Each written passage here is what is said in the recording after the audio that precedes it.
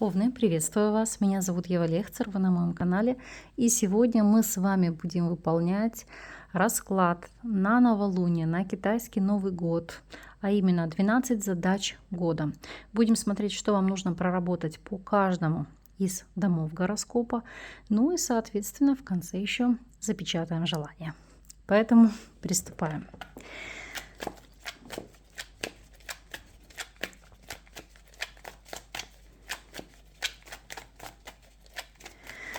Итак, Овны, задачи по первому дому в 2024 году. Что же у вас здесь? И как мы видим, это семерка монет. За что у нас отвечает первый дом? Первый дом — это всегда наша внешность, наше «я», наши идеи, наши планы, цели, устремления, то, как мы позиционируем себя в социуме, как мы подаем себя, как мы выстраиваем взаимоотношения, потому что это ось 1-7 домов. Ну и, конечно же, как нас воспринимает социум, как мы выглядим. Так вот, семерка монет здесь в первую очередь указывает на желание неспешности, а именно не спешите прям совсем кардинальным образом что-то в себе менять. В большей степени это касается хирургических вмешательств, внеплановых, не те, которые идут по рекомендации врача, а, допустим, ваше желание сделать пластическую операцию и так далее и тому подобное. Потому что это аркан, который говорит о, знаете, как выверенном решении, о планировании, о том, чтобы грамотно подбирать специалистов, клинику, о том, чтобы взвесить все за и против. Нужно ли вам это по факту? Как это отразится на вашей жизни? Какие могут быть последствия? То есть аркан, который говорит о неспешных действиях, неспешных задачах. И вот ваша карта, семерка монет, это позиция: 1 раз отрежь, но 7 раз отмерь. Взвешивайте, решайте, подбирайте. Это не значит, что в течение этого периода вообще нельзя проводить никаких хирургических вмешательств. Просто нужно подходить к этому осознанно, а не по принципу там подружка сделала, я захотела, поэтому давайте буду заниматься тем же. Это карта, которая говорит о вложениях в себя, вложениях длительного характера, потому что семерка монет — это на постоянной основе вкладываться. Но это в большей степени идет вопрос здоровья, вашего самочувствия, которые будут влиять, безусловно, на вашу внешность. Ну и, конечно же, на то, и как вы себя мироощущаете, как вас воспринимают люди. И, то есть это будет влиять впоследствии на ваши энергии. Второй дом у нас — это точка возможностей, потому что он отвечает за наше имущество, доходы, за наши виды трат, за материальные ресурсы, которыми мы в принципе обладаем как с момента рождения, так и то, что по сути мы нарабатываем в течение нашей жизни, трудовой деятельности. Поэтому здесь могут быть такие виды, как выигрыш в лотерее, здесь могут быть и финансовые перспективы, здесь могут быть и вопросы, связанные с какими-то сюрпризами, получением денег, потому что второй дом — это благосостояние, это наша наличность, это наши ресурсы, но опять же здесь ресурсы еще в виде нашей энергии как таковой. Поэтому смотрим, что вам здесь нужно будет проработать. У вас падает здесь шикарный аркан, карта императрицы, которая говорит, во-первых, о благосостоянии. Здесь действительно, как показывают карты, с деньгами будет все в порядке, денег будет хватать на все. Но как вам нужно ими распоряжаться? Что такое императрица в плане финансов? Вне зависимости от того, мужчина вы или женщина, это вкладывать в себя, в свое здоровье, молодость, красоту. Да, это могут быть накопления, связанные с обновлением гардероба и всего остального. Но императрица — это еще благие вещи, то есть здесь это и тратится, это могут быть вопросы благотворительности, заниматься благотворительностью, оказывать помощь и поддержку.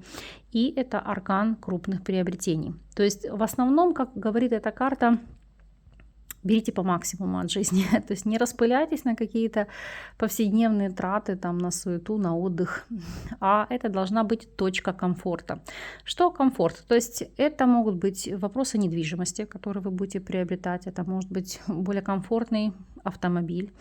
Это если отдых может быть не так часто, как вам хотелось бы, то есть вы можете как снизить количество поездок в течение года, но это будет более дорогостоящий, более люксовый отдых, который вы действительно и запоминаете, и расслабляетесь, и кайфуете, потому что здесь вы ощущаете такой прилив сил, такую энергию. И самое главное, вас это наполняет значительно на дольшее время, чем, допустим, вы можете постоянно находиться в каких-то бюджетных поездках, но себя постоянно в чем-то ограничивать, и это вам не будет приносить удовольствие, не будет приносить точки комфорта. И, конечно же, что такое императрица в плане ресурсов? Не забываем о том, что вам нужно будет финансово помогать или поддерживать женщин вашего рода. То есть это может быть мама, сестра, племянницы. Это не значит, что вы должны взять, как немногие парируют постоянно, у меня и так иждивенцев хватает. Нет, никто вас не принуждает.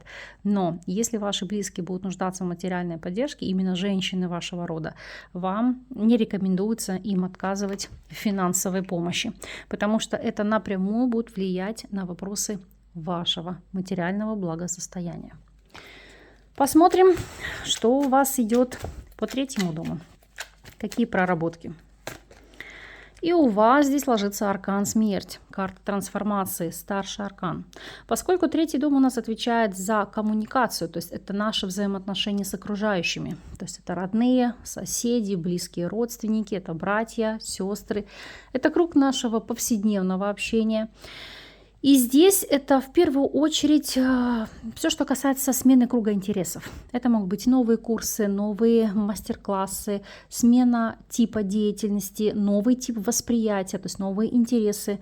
Это наша деловая жизнь. Это вопрос, знаете, как смены настроений в плане работы, смены структуры работы. То есть в большей степени вы можете здесь переходить из личного общения в формат деловых переписок или созвонов.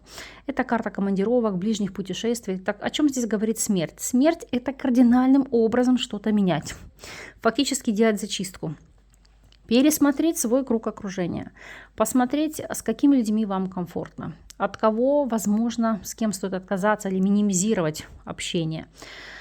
За кем следует тянуться, расти? Кто для вас может быть мотиватором, поддержкой? И даже если у вас что-то не получается, то этот человек не высмеет или не обесценит какие-то ваши действия, ваши попытки, а наоборот поддержит и даст вам точку опоры. Вот поэтому смерть – это, по сути, искать себе людей, которые будут вас выводить на новый уровень.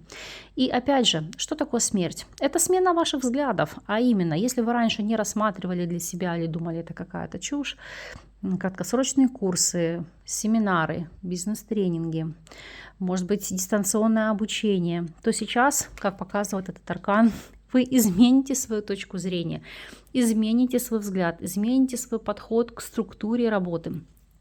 Многие из вас будут стремиться или работать во фрилансе, чтобы иметь больше свободы, более свободный график. И опять же, если вы работаете сами на себя, то опять же изменение структуры вашей деятельности, потому что это вам позволит и оптимизировать взаимодействие с людьми, и больше свободного времени выделять на себя, на своих близких.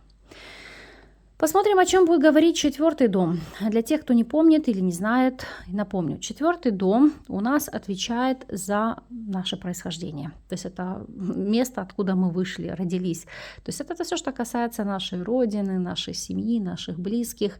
Это фундамент, на который мы опираемся с самого рождения. У нас четвертый дом всегда отвечает за вопросы недвижимости, за семейные корни, родительский дом, собственный дом, просто за родину, семью, отца, мать. Это то, что нам дает и опору, и подпитывает нас также энергетически. Анализируем, что вам здесь нужно будет прорабатывать.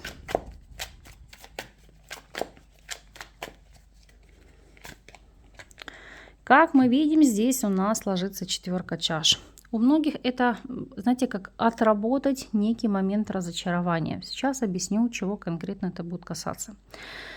У некоторых из вас могут не клеиться отношения с родными, с близкими. То есть у вас могут быть абсолютно разные взгляды на жизнь, на повседневные бытовые задачи, на какие-то, может быть, политические взгляды.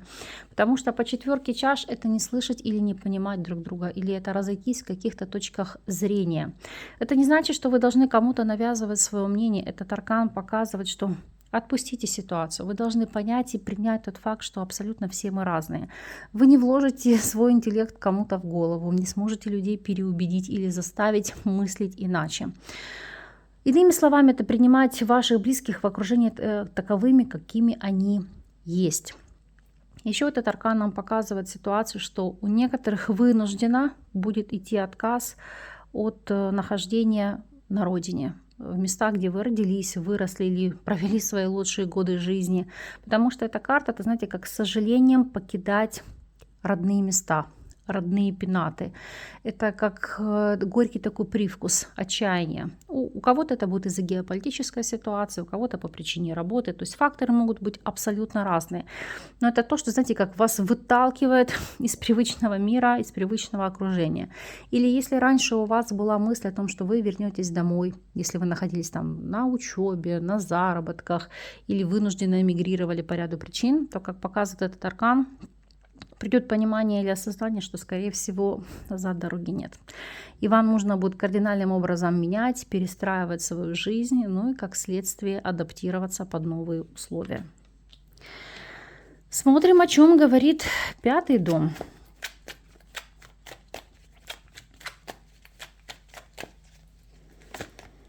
Так, 5-й дом. У нас здесь ложится тройка мечей. За что он у нас отвечает?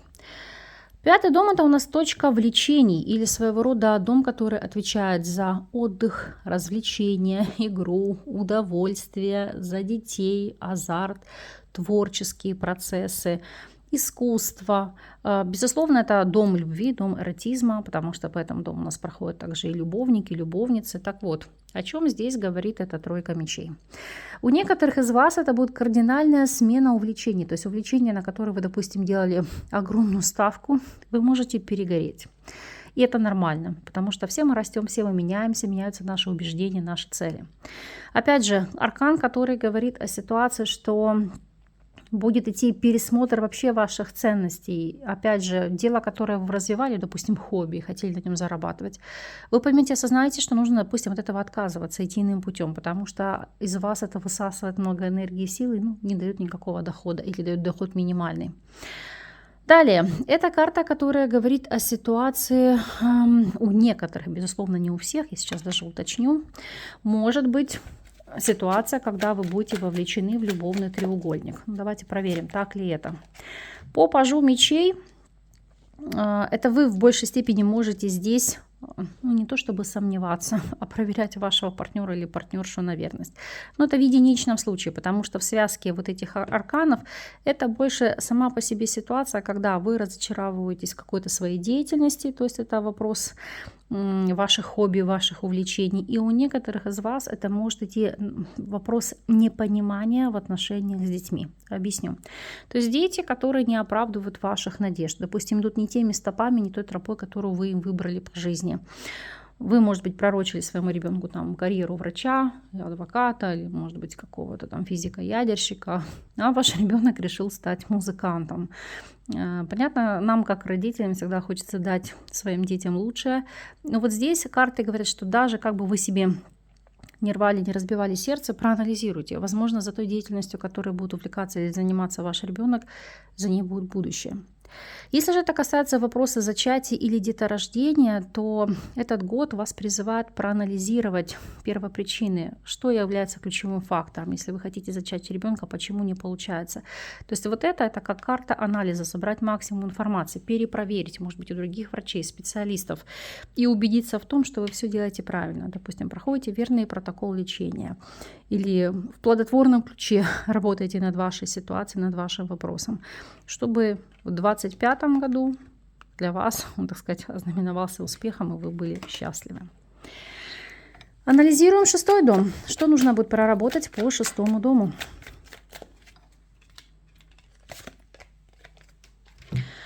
Девятка пентаклей. 6-й дом, как мы знаем, это у нас точка силы, потому что он указывает на нашу ежедневную, рутинную, бытовую задачу. То есть это то, чем мы занимаемся на ежедневной основе дома, это наши повседневные рабочие обязанности, то есть исполнение нашего служебного долга. Это забота о нашем здоровье, потому что 6-й дом, он в принципе объединяет две тематики: и работу, и здоровье.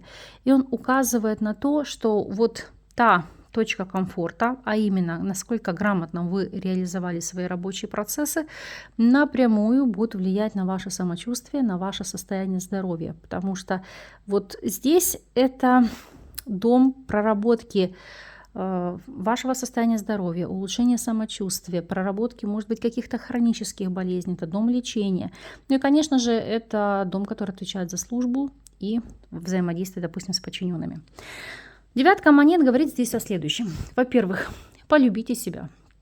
Безусловно, всех денег не заработаешь, а вот 9 монет говорит о том, что научитесь больше вкладывать в себя времени и ваших ресурсов, денег. То есть на здоровье, на отдых, на восстановление, на укрепление вашего самочувствия, потому что это основа основ. Вы прекрасно все понимаете, что только где-то у нас тут провала по здоровью, будет не до работы, не до бизнеса в целом. И поскольку 9 монет — это все-таки карта структуры, она говорит, что именно ежедневный порядок, выполнение каких-то задач дают вам ту энергию, ту подпитку, которая позволяет делать все качественно и в срок. Иными словами, если у вас в доме, в кабинете хаос, беспорядок в бумагах, в делах, у вас будет постоянно идти отток энергии и, как следствие, провалы по работе, провалы по здоровью. Если у вас не хватает физически времени приводить все в порядок, но есть небольшие ресурсы, которые могли бы вы выделять, то поручите это делать профессионалам. Периодически там вызывайте к себе клининг. Если для вас это пока не по силам, то придется находить время для того, чтобы действительно... Я не могу сказать, что прям в доме все сверкало, но для вас это вот будет архиважно, потому что когда у вас все структурированное будет лежать по своим полкам, и вы будете наблюдать чистоту, порядок, у вас, знаете, уходит хаос жизни, идет четкое понимание и прилив силы энергии на какие-то рабочие задачи, на то, как зарабатывать деньги, во что инвестировать, во что вкладывать, потому что для вас это будет вопрос благосостояния. Смотрим, о чем у нас говорит 7-й дом, что будете прорабатывать здесь.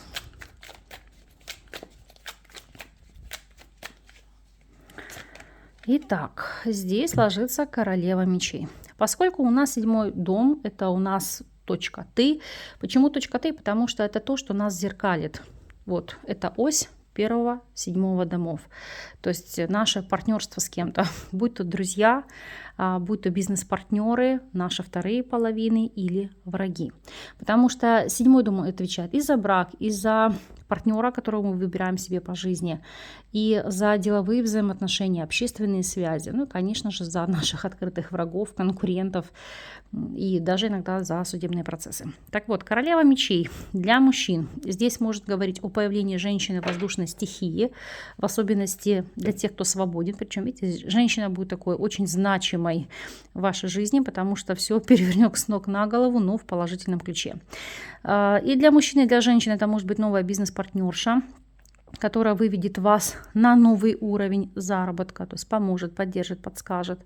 То есть для вас именно в деловом аспекте это будет очень важный человек. С точки зрения, если мы будем брать конкурентов и врагов, давайте проанализируем, посмотрим, на что здесь нужно обратить внимание. По пажу чаш. Не вступать в открытую конфронтацию, даже, скажем так, если вы тихо ненавидите человека и понимаете, что он вам гадит, поумерить свой пыл и гнев и не реагировать на выпады. Я понимаю, что овнам, как людям огненной стихии, это будет крайне сложно даваться, но ваша задача переключать свою энергию и внимание на совершенно иные вопросы. Потому что если будете отвечать там, на негативом, да, какими-то выпадами, агрессией, усугубите ситуацию и можете действительно нажить себе такого врага, с которым будет крайне сложно вам взаимодействовать и давать отпор, конкурировать. Поэтому, знаете, как держите ухо востро, но не позволяйте себя прогибать под те условия, которые, допустим, вам будут озвучивать. Старайтесь все решить в вопросах дипломатии. Смотрим 8-й дом. Что будете прорабатывать по 8-му дому? Итак, здесь ложится туз пентаклей. Шикарная карта, шикарные возможности, потому что 8-й дом это у нас, его называют еще поле жизни и смерти, аркан, который отвечает за финансы. Но зачастую это финансы, материальные ценности не ваши. Допустим, это получение вопросов наследства. Это деньги партнера или партнерши, как по браку, так и, допустим, по бизнесу, который приходит к вам как инвестиции, зачастую безвозмездно. Это ситуация, когда вам просто кто-то в дар дает какие-то ресурсы. Опять же, если вы намеревались или стремились получить какие-то там суды, кредиты, то здесь это ресурсы, которые вам дают на какое-то дело или на какие-то значимые покупки. В целом, это, знаете, как деньги, которые идут сами. Если еще смотреть и анализировать, поскольку у нас 8-й дом отвечает за аспекты оккультизма, эзотерики, то есть это тайные знания, это закрытые знания, то по тузу монет вы здесь можете или обучаться и в это вкладываться, или же взаимодействовать с эзотериками, которые могут вам ставить, допустим, дополнительную энергетическую защиту. Анализируем с вами 9-й дом. Что у вас здесь? Туз жезлов. Прекрасная карта. Почему? Потому что 9-й дом – это точка нашего духа. Это наш интеллектуальный дом. Это все, что соответствует интеллектуальной жизни, религии, мировоззрению, путешествиям, особенно дальних, потому что 9-й дом у нас считается домом за границей. И основные характеристики – это может быть смена нашего убеждения. Для кого-то это уйти в веру, если вы были атеистом. Для кого-то это усилить веру, у кого-то может быть смена религии. Далее появятся силы и энергия для получения дополнительного высшего образования.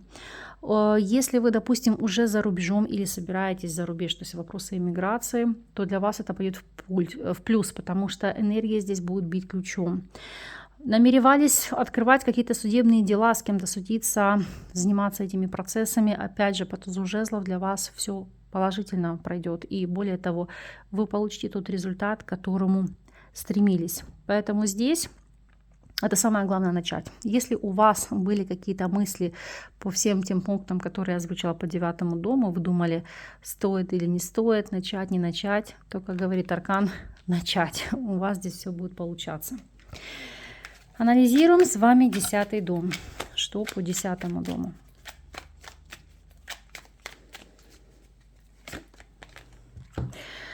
Дурак, новый старт, новое начало, новые возможности. И поскольку 10-й дом – это у нас точка цели, или как мы его еще называем, точка социального взлета. Почему взлета? Сейчас буду объяснять. Ну, иногда могут быть и падения, но мы сейчас с вами прокрутим весь ситуативный ряд и посмотрим, о чем будет говорить данный аркан. 10-й дом – это дом профессионального или социального успеха, карьеры. Он соответствует, знаете, как самой высокой точке гороскопа, потому что этот дом указывает на наши устремления, на наши цели, на наши амбиции. Ну, то есть это все то, что нам так необходимо, к чему мы стремимся и чего мы хотим добиться в социуме. Это наш жизненный уровень, тот максимум, который мы можем достичь в профессии, в жизни. И, безусловно, для нас это карьера, это род занятий, это профессиональные достижения, это новый социальный статус, репутации, награды. Так вот, у кого-то это может быть ситуация стать бабушкой или дедушкой. Опять же, будут крайне важны взаимоотношения с детьми. Кто-то может, допустим, пусть не родить, если вот тут есть проблемы с деторождением, то стать, допустим, опекуном. И опять же, что такое дурак? Это вопрос обнуления, это новый статус. Здесь действительно может быть как новый брак, так и, допустим, обнуление, бракоразводный процесс. Но самое главное, что здесь идет по бизнесу и по карьере, это новый старт, новые возможности. Новая должность, новая работа, новый бизнес, новая идея, которую вы воплощаете в жизнь и который получит вот максимальный толчок. Мы сейчас с вами даже раскроем этот аркан, посмотрим, что здесь.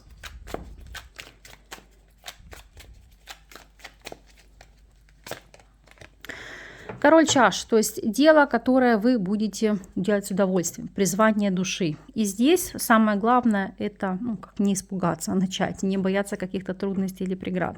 Потому что, может быть, какая-то идея вам покажется здесь сумасбродная, но тем не менее она будет эффективной, будет воплощена в жизнь.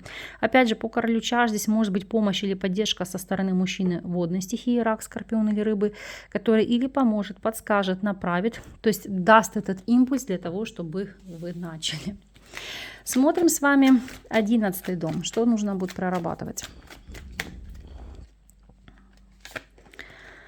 Повешенный. А вот здесь по 11 дому у нас, это, знаете, как точка социальности. Аркан, который говорит о следующих вещах. Это дом друзей, единомышленников, спонсоров, меценатов, покровителей, поддержки от лиц из высших эшелонов власти. Это дом надежды, мечты, ваших идеалов, планов или осуществления надежд. Но и помимо всего прочего, дом благотворительности. Так вот, если у кого-то здесь сложная карма, то по повешенному, как бы вам это странно ни казалось, но нужно больше заниматься благотворительными процессами, потому что таким образом вы отрабатываете свою сложную карму. Могут быть не то чтобы напряженные взаимоотношения с друзьями или единомышленниками, может быть такая ситуация складывается, потому что вот я анализирую вас здесь по зодиакальному кругу, что будет просто не хватать времени на общение с друзьями, с единомышленниками, на какие-то прогулки, потому что вы здесь будете, знаете, такой ударный год в плане того, чтобы менять свою жизнь, а это именно карьера, бизнес, становление по всем сферам. И здесь, как говорит Аркан, не ждите, пока сами принесут и сами все дадут на блюдечке, потому что я не говорю, что вам не нужно рассчитывать на помощь или поддержку меценатов, покровителей, но повешенный, это, знаете, такая, сделай сам и будешь более спокойным. Здесь ложится карта умеренность. Тогда вы будете довольны результатом, потому что даже если меценаты в чем-то вам будут помогать и вас поддерживать, ну, за это потом, конечно, будут и спрашивать, будут просить отдачи. Относительно вопросов мечты, ваших надежд, это ситуация, когда к мечте, возможно, вы будете идти не один год, в особенности, если что-то масштабное. Ну, к примеру, вы приобретаете себе тот же дом, но у вас сразу нет всей суммы, всех ресурсов. Вы можете взять его в кредит или в ипотеку, но, как вы видите, повешено, это то, что затяжной процесс, то есть придется выплачивать энное количество времени. И мы смотрим с вами 12 дом. Что вам нужно будет отработать по 12 дому? Какова здесь ситуация? 8 мечей. Ох, сейчас хочу дополнить, потому что здесь нужно будет прояснить и, так сказать, расставить точки над «и». Поскольку у нас 12 дом, это называемый часто дом изоляции или точка одиночества, у нас по этому дому проходят монастыри, больницы, клиники, санатории, дома отдыха. Это ваша изоляция как добровольная, так и добровольно-принудительная. В некоторых случаях это может быть негативный аспект, как вариант. Смотрите, это либо в лучшем случае работа в каких-то закрытых помещениях, причем они могут быть секретные, то есть военные какие-то организации, закрытые лаборатории, также тюрьмы. Так и здесь, как мы видим, по этому дому это может быть ваша изоляция, вас могут от кого-то изолировать. Чтобы нам понять, о чем здесь идет речь, в позитивном контексте или в негативном здесь идет информация, давайте это уточним. По умеренности это ваша какая-то осознанная изоляция ради своего состояния покоя, зоны комфорта, потому что даже дно колоды у вас здесь ложится 9 чаш. То есть вы можете быть чаще, знаете, как отказываться от общения с социумом, с окружением, чтобы больше времени уделять самим себе, своим близким. Опять же, что такое 8 мечей? Вы можете вообще, допустим, у вас может быть такой шанс, возможность уехать на остров или чаще там находиться дома, работать из дому. То есть у вас жизнь будет сводиться к новым интересам, к новой структуре, к новому графику. И опять же, поскольку у нас 12 дом это дом кармы, оккультных занятий, то здесь как скрывать тот факт, что вы можете практиковать, скажем так, некоторые эзотерические вещи, использовать себе во благо, но не озвучивать это остальным. Смотрим с вами, какие дома у вас являются наиболее уязвимыми. Если мы посмотрим, то здесь бы я обратила внимание все-таки на 4 и 5 дома, потому что они являются такими, знаете, самыми болезненными. Сейчас мы с вами будем выполнять своего рода коррекцию на Таро. В чем будет заключаться смысл, в чем будет заключаться эта коррекция? Суть здесь следующая. Поскольку у вас эти дома наиболее уязвимые, а именно могут быть напряженные взаимоотношения с детьми, внуками, напряженные взаимодействия с вашими близкими или ситуация, когда вам крайне сложно покидать родину, мы с вами возьмем аркан императрица для, скажем так, коррекции этих ситуаций. И сейчас пока я буду делать начитку на сургуч, чтобы запечатать вашу цель, ваше желание, вы, пожалуйста, подумайте о том, чего вы хотите, каким вы хотите, чтобы было ваше желание, что вы хотите осуществить или исполнить в рамках 2024 года. Но вы должны понимать, знать, что это желание не должно быть идти во вред окружающим, а именно, ну, к примеру, у кого-то что-то забрать, отжать или, допустим, разбить чью-то семью. То есть ваше желание не должно идти во вред третьим лицам. Это как одна такая основа основ. И поскольку у нас императрица указывает на гармонизацию личной жизни, то здесь это убрать какие-то, скажем так, острые моменты, неприятные моменты, которые могут быть в вашей жизни. Я понимаю, что многие могут переживать или бояться, ой-ой-ой, императрица, это же аркан беременности, зачатия.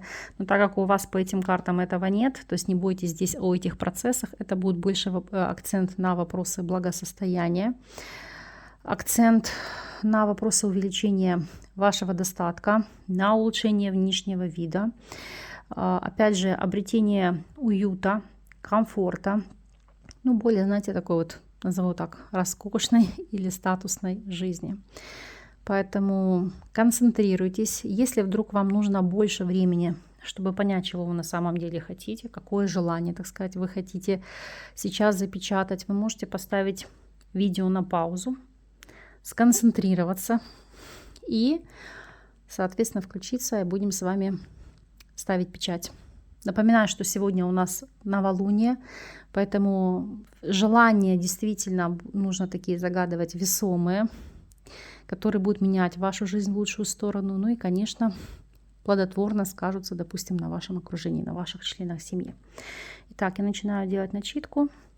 Вы про себя думаете.